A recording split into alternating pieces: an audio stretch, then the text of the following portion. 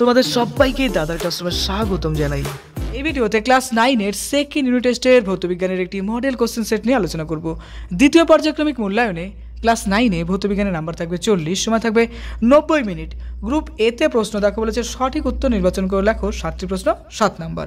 1 নম্বর, কাকে রাসায়নিক পদার্থের রাজা বলা হয়? অপশনে আছে হাইড্রোক্লোরিক অ্যাসিড, তারপরে দেখো আছে sulphuric acid, nitric acid, ammonium hydroxide. এর মধ্যে সঠিক উত্তরটি হবে সালফিউরিক অ্যাসিড। সংকেত কি?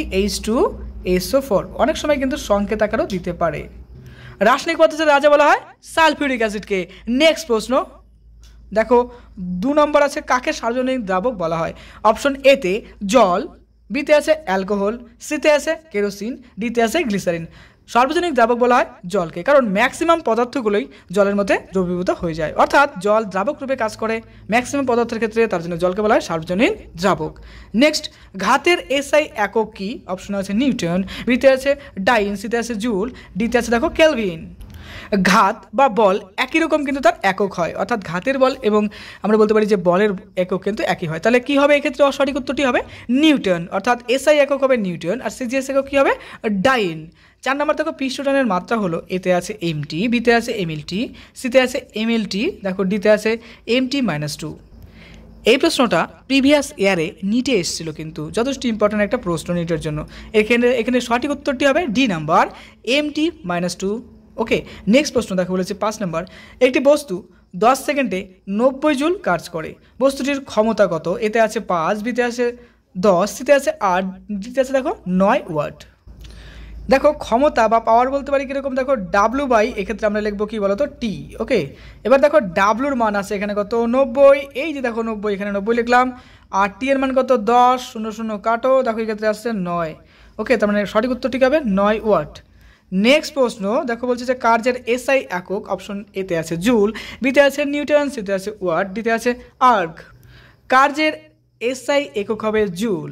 নেক্সট 7 নম্বর, কোনো বস্তুর কার্য করার সামর্থ্যকে বলে তার, এতে আছে ক্ষমতা, বিতে আছে শক্তি, সিতে বল, ডিতে চাপ। কোনো বস্তুর কার্য করার সামর্থ্যকে বলে তার শক্তি, তার মানে অপশন বি নাম্বার হবে সঠিক।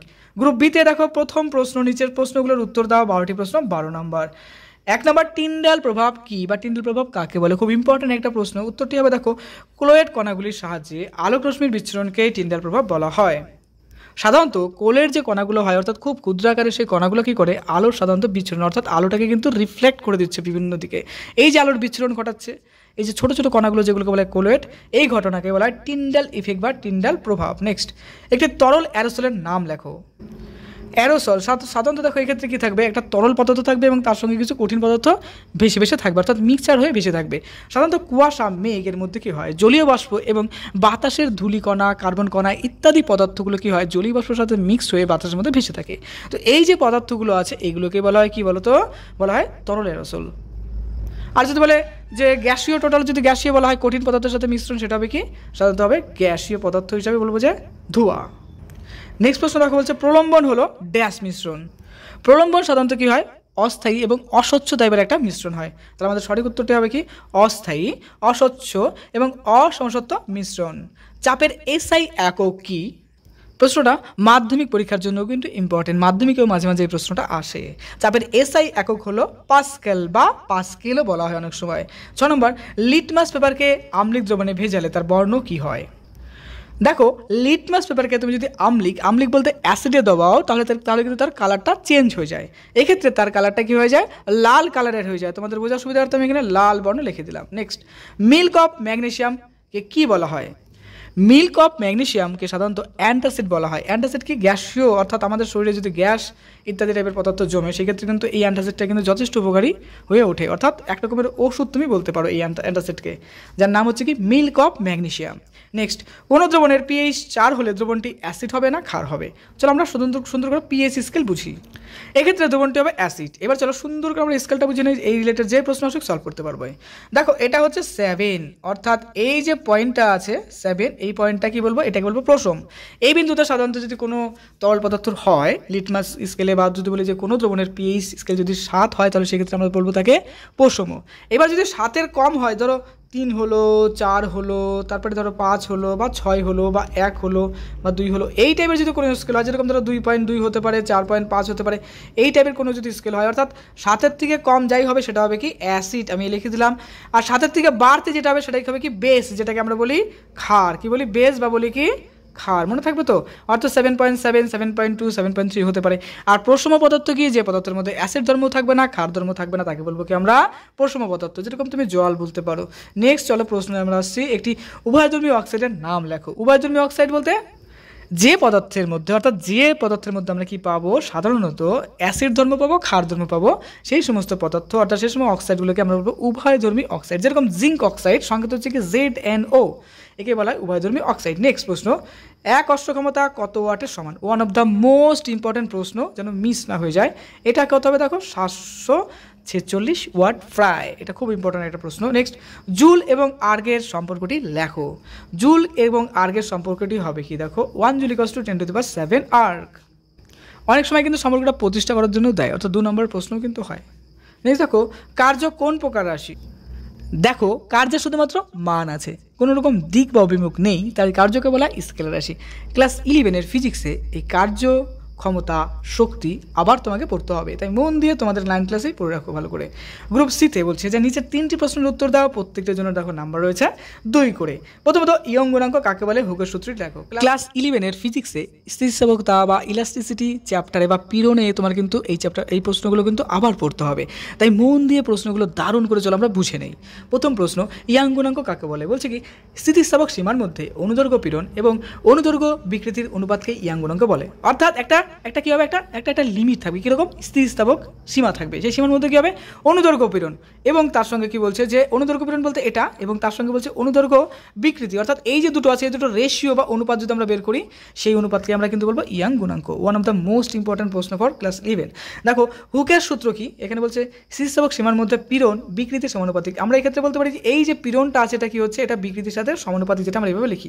তো এরকম যদি সমানুপাতিক হয়, অর্থাৎ যদি পীড়নের সঙ্গে সঙ্গে বিকৃতিও বৃদ্ধি পায় বা হ্রাস পায়, সেম হবে, দুটো কিন্তু একই কোয়ালিটির হবে। পীড়ন বাড়লে বিকৃতি বাড়ছে, পীড়ন কমলে বিকৃতি কমছে, অর্থাৎ একটার সাথে আরেকটা যদি রিলেটেড হয়, অর্থাৎ পীড়ন এবং বিকৃতি যদি সমানুপাতিক হয়, অর্থাৎ পীড়ন যদি বিকৃতির সমানুপাতিক হয়, সেই ক্ষেত্রে আমরা সেটাকে বলবো হুকের সূত্র। চলো নেক্সট আমরা যাচ্ছি 96 গ্রাম অক্সিজেন কত মৌল অক্সিজেন অণু আছে? অর্থাৎ 96 গ্রাম অর্থাৎ 96 গ্রাম অক্সিজেন তোমাকে দেওয়া হলো, দিয়ে বলা হলো এর মধ্যে কতগুলো অক্সিজেন মৌল আছে তা নির্ণয় করো। দেখো এক্ষেত্রে উত্তরটি হবে, দেখো নির্ণীয় অক্সিজেন অণুর মূল সংখ্যা হবে সাধারণত 96/32 হবে। এবার গল্পটা হচ্ছে দাদা 32 কীভাবে এলো, চলো বুঝি। দেখো টোটাল আছে আমাদের কত? ডিমান্ডিং আছে কত? 96, তাই তো। এবার O2 আমাদের বের করতে হবে। দেখো একটা ওর মান কত বলছে? 16, তাই তো। তাহলে O2 মানে কি? O2 মানে তো দুটো, তাই না? তাহলে কি হবে? 16 গুণ হবে 2 সমান কত হবে? 32। অর্থাৎ এই যে 32 অক্সিজেন, একটা অক্সিজেনের মান 16, দুটো অক্সিজেনের 32। তাহলে 96কে আমরা 32 দিয়ে ভাগ করবো। চলো 3 দিয়ে কাটবো, 3 32 কত হবে? 96, অর্থাৎ কাটাকাটি করে আমাদের কত আসবে? 3 গ্রাম। চলো নেক্সট প্রশ্নে যাচ্ছি আমরা। গতিশক্তির মান কখনো ঋণাত্মক হতে পারে কি? দেখো গতিশক্তির মান কখনো ঋণাত্মক হতে পারে না, কারণ এক্ষেত্রে half of M B square বিষয়টা আমাদের কিন্তু লক্ষণীয়, অর্থাৎ এম এর মান কখনো ঋণাত্মক হয় না। তার জন্য প্রথমত বলবো এম পজিটিভ, আর দ্বিতীয়ত বলবো যদি বেগের মান ঋণাত্মক হয় না, কিন্তু যদি বেগের মান ঋণাত্মক হয় তাহলে সেই ক্ষেত্রে কিন্তু বেগের স্কোয়ারের জন্য এটা পজিটিভ হয়ে যাচ্ছে। চলো সুন্দর করে ব্যাখ্যা করে আমরা লিখি। গতিশক্তির মান ঋণাত্মক তো হতে পারে না, কেন? কারণ বস্তুর গতিশক্তি হাফ অফ এম বি স্কোয়ারের সূত্র আমরা মানি, অর্থাৎ হাফ ইন্টু ভর ইন্টু বেগ স্কোয়ার, এটা আমরা কিন্তু মানি, ফিজিক্সের লতে আমরা বলি। বা বস্তুর গতিশক্তি আমরা বলতে পারি যে half of M B square, ঠিক। যেহেতু এম এবং ভি এর মান ঋণাত্মক হতে পারে না, অর্থাৎ এম তো ঋণাত্মক হচ্ছে না, ভর তো ঋণাত্মক হচ্ছে না, তাহলে বাকি থাকলো ভি। আর ভি এর স্কোয়ার ফর্মটা সবসময় পজিটিভই হয়। তার জন্য বলছে যে এম এবং ভি এর মান কখনো ঋণাত্মক হতে পারে না, তাই বলছে যে একটি বস্তুর গতিশক্তি কখনো ঋণাত্মক হতে পারে না। নেক্সট, প্লবতা কাকে বলে? সাইফন কি? অ্যান্সার দেখো, বলছে যে কোনো বস্তুকে কোনো প্রবাহের মধ্যে আংশিক বা সম্পূর্ণরূপে ডোবালে ওই প্রবাহী বস্তুটির উপর যে ঊর্ধ্বমুখী একটা বল প্রয়োগ করে তাকে বলবো তার প্লবতা। অর্থাৎ এই ক্ষেত্রে তুমি চিন্তা করতে পারো যে এরকম ধরো একটা বালতি নিলে বা কোনো একটা পাত্র নিলে, তার মধ্যে একটা ফুটবল বা যে কোনো কিছু তুমি রাখলে, তো তুমি যদি এর মধ্যে ডোবানোর চেষ্টা করো তাহলে কি হবে? জল দেখবে নিচের থেকে উপরের দিকে একটা প্রেশার দেবে, মনে হবে নিচের থেকে কে যেন উপরের দিকে সেই জিনিসটাকে তুলে ধরছে। বালতির মধ্যে বা কোনো জলাশয়ের মধ্যে যত নিচের দিকে প্রেশার দিবে, দেখবে নিচের থেকে কে যেন উপরের দিকে একটা প্রেশার দিচ্ছে। এই দেখো এই প্রেশারটা আমি তীরচিহ্নতে দেখাচ্ছি যে উপরের দিকে একটা প্রেশার দিচ্ছে। এই যে প্রেশারটা দিচ্ছে এটাকে বলা হয় ঊর্ধ্বমুখী একটা বল। তো এই ঊর্ধ্বমুখী বলকেই বলা হয় কি? প্লবতা। Concept clear? নেক্সট দেখো, সাধারণত পাত্রকে না নাড়িয়ে এক পাত্র থেকে অন্য পাত্রে তরলকে স্থানান্তরিত করতে যে যন্ত্র ব্যবহার করা হয় তাকে সাইফন বলে। অর্থাৎ এরকম ধরো আমি একটা পাত্র নিলাম, এখান থেকে কিছুটা জল আমি কি করব এখানে নিয়ে যাব। এই ক্ষেত্রে পাত্রকে কিন্তু আমরা নাড়াচ্ছি না, কী করছি জল এখানে ডাইরেক্ট এই পাত্রে নিয়ে যাচ্ছি। অর্থাৎ এক স্থান থেকে জল আমরা অন্য স্থানে যে নিয়ে যাচ্ছি তার জন্য পাত্রকে আমরা কোনো রকম নাড়াচ্ছি না। তো যে যন্ত্রের সাহায্যে আমরা জল এক স্থান থেকে অন্য জায়গায় নিয়ে যাচ্ছি এই সেই সিস্টেম বা সেই যন্ত্রকে আমরা বলবো কি বলতো সাইফন। ওকে, বা সাইফন ক্রিয়া বলতে পারি। চলো নেক্সট প্রশ্ন, গ্রুপ ডিতে বলছে যে কোনো 5টি প্রশ্নের উত্তর দাও, প্রত্যেকটির জন্য দেখো নাম্বার রয়েছে 3 করে। 1 নাম্বার পীড়ন কাকে বলে, পীড়নের এসআই একক কি, খুব ইম্পর্টেন্ট প্রশ্ন, পড়বে অবশ্যই। দেখো 2 নাম্বার প্রচণ্ড ঝড়ের সময় টিনের ছাউনি উড়ে যায় কেন, বার্নৌলির উপপাদ্যের গাণিতিক রূপটি লেখো। এই বার্নৌলির উপপাদ্যটি ক্লাস 11-এর ফিজিক্সেও কিন্তু খুব আসে। নেক্সট সম্পৃক্ত দ্রবণ, অসম্পৃক্ত দ্রবণ, অতিরিক্ত দ্রবণ এর সংজ্ঞা লেখো বা কাকে বলে। নেক্সট আয়তন বিকৃতি কাকে বলে, সান্দ্রতার সংজ্ঞা লেখো। নেক্সট অ্যাসিড বৃষ্টির ক্ষতিকারক প্রভাবগুলি দেখো। নেক্সট কার্যহীন বল কাকে বলে, একটি উদাহরণ দাও। নেক্সট অ্যাভোগাড্রোর সংখ্যা কাকে বলে, এর মান কত, গ্রাম পরমাণু সংখ্যা কাকে বলে। চলো দেখো তোমাদের ক্লাস 9-এর ফিজিক্সের একটি গুরুত্বপূর্ণ সেট আমি তুলে ধরলাম। তো সামনে পরীক্ষা, মন দিয়ে পড়াশোনা করো। প্রায় সব সাবজেক্টেরই সাজেশন এবং নমুনা প্রশ্ন বা মডেল কোশ্চেন সেট খুব তাড়াতাড়ি আপলোড হবে। মন দিয়ে সেগুলো সলভ করো আর বইটাকে খুব সুন্দর করে রিভিশন করো। তোমার কাছে আমি একটা বেস্ট রেজাল্ট আশা করি। সো খুব ভালো থেকো।